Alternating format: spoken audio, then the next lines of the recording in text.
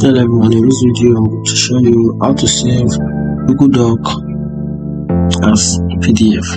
So if you are working on the Google Doc file and you want to save it as PDF, this is how you can get it done.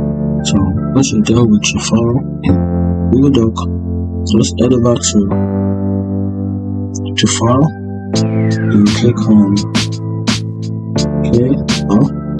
once you're done, click on this icon, which is the printer icon.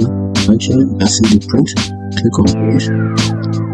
And if you finish to load, you can see this is the overall page. This is what the document looks like on the paper. Then turn that and save as PDF. You can print my super print as PDF. Right here, you want to save this particular document as PDF. Then you click on PDF. Once you do that,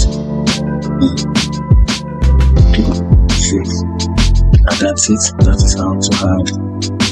is how to save document as PDF. Very be careful, like and follow for more. Thank you.